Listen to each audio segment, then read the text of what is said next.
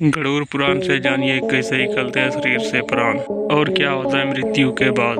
तो चलिए शुरू करते हैं। गरुड़ पुराण में ऐसा वर्णन मिलता है, यमराज का दूत आत्मा को यमलोक तक ले जाते हुए डराते हैं और उसे नरक में मिलने वाले दुखों के बारे में बताते हैं।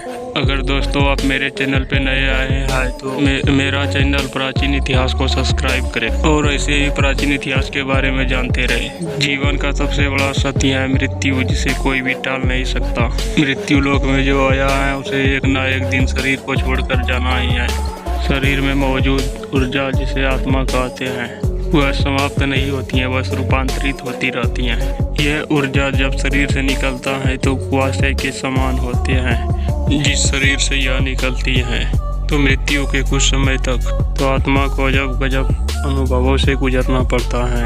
आत्मा शरीर से निकलकर कुछ समय तक अचेत अवस्था में रहता है। जब व्यक्ति के शरीर से आत्मा निकलती है तो उसे कुछ समय तक पता ही नहीं होता है कि वह शरीर से अलग हो रहा है और वह उसी प्रकार व्यवहार करती है जैसे शरीर में रहते हुए उसका व्यवहार था। शरीर से निकलकर आत्मा अपने सगी संबंधियों को पुकारते हैं, लेकिन उनकी आवाज कोई सुन नहीं पाता है।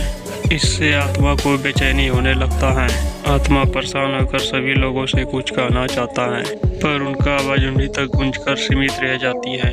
वर्षों तक शरीर में रहने से जो सांसारिक माया का आवरण आत्मा पर पड़ा होता है, आत्मा दुखी होकर कभी अपना मृत शरीर देखती है तो कभी अपने संबंधियों को देखकर उनसे बात करना चाहता है, लेकिन उसका प्रयास विफल होता है।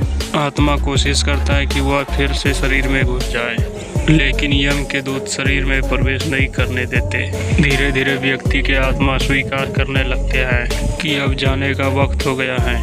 मोह का बंधन कमजोर होने लगता है और वह मृत्यु लोक विदा होने के लिए तैयार होते हैं। शरीर के मृत्यु हो जाने पर आत्मा अपने परिजनों को रोते बिलखते देखकर आत्मा बहुत दुखी होता है और खुद भी दुख से विकल होकर रोती है, लेकिन उसके बस में कुछ नहीं होता है। वह लाचार होकर सब कुछ देखती है और अपने जीवन काल में किए गए कर्मों को याद करके वह बहुत दुखी होता है।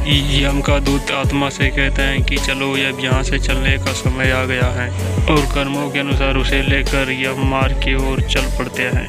कुछ ही समय में आत्मा मृत्यु लोक को पार करके, जहाँ ना सूर्य की रोशनी रहती है न चांद की चांदनी, उस लोक में हर जगह अंधेरा ही अंधेरा रहता है। यहाँ आत्मा अपने कर्मों और इच्छा के अनुसार कुछ समय तक विश्राम करता है। कुछ आत्मा जल्दी शरीर धारण कर लेती हैं तो कुछ लंबे समय तक विश्राम के बाद अपनी इच्छा के अनुसार नया शरीर धारण करते हैं। आपको हमारा वीडियो अच्छा लगा हो तो हमारा चैनल प्राचीन इतिहास को सब्सक्राइब करें।